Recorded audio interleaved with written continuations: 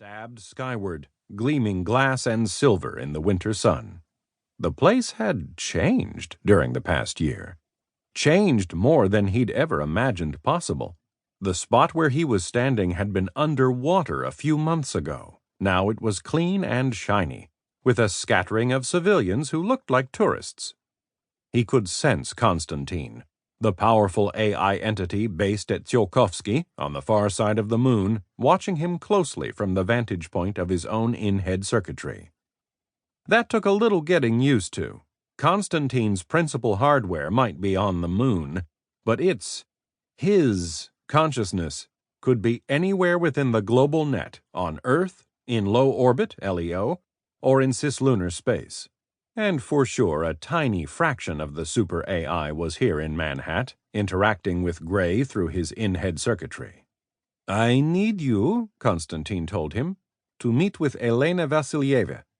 "Damn it, Konstantin, you know how I feel about the Pan-Europeans."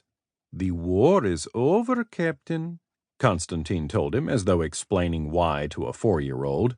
"In any case, Miss Vassilieva is Russian. They are on our side, remember?" "Sorry," Gray said, his mental voice sharp. "It's kind of hard to just forget about Columbus, you know." "Which the Russians had nothing to do with, you may recall," Konstantin said. "In any case, no one is asking you to forget about Columbus." Gray turned and scowled up at the new towers of Manhattan, his shoulders hunched against the chill, late January wind off the water. He did not, in fact, hate the Europeans. Not exactly.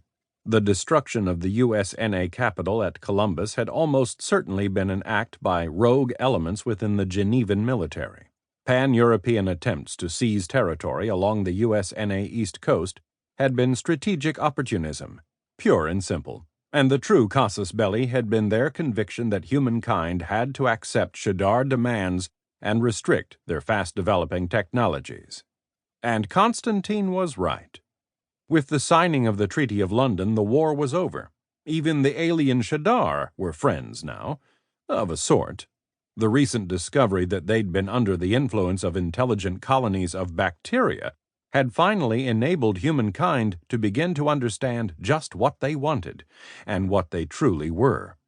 No, Gray might not trust the Pan-Euros, but neither did he hate them. His anger right now was reserved for the AI that had arranged to have him drummed out of the Navy. At Konstantin's urging, he'd taken the star carrier America to the long-time stellar mystery of KIC 8462852, a distant F-35 sun, better known as Tabby's star. What America had brought back, an alien E-virus called the Omega Code, had been of tremendous importance.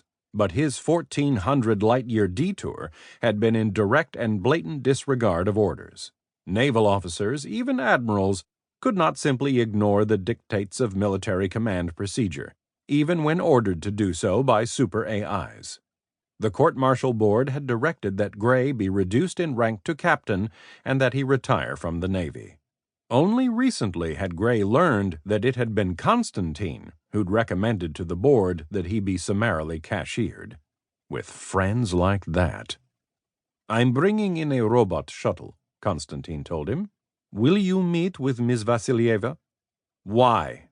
More to the point, why me? "The Pan-Euros want to meet you face to face. Miss Vassilieva has requested that her team get to speak with you first. You are something of a legend, Captain, even among those who once were the enemy. You have the reputation of a brilliant tactician, and some of them, I believe, are a bit in awe of you." Gray made a sour face at the obvious attempt at flattery. "Sure. Whatever. Miss Vassilieva's Xeno team has some new assets that should make first contact with the Denimans more immediately productive." "If you say so."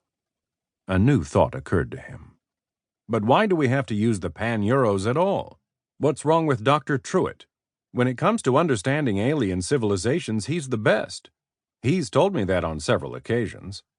George Truitt had been the senior xenosophontological expert on board the America. He was testy, rude, and difficult to work with, but he did know his stuff. "Dr. Truitt has returned to Crisium Base, where he will be working on interpreting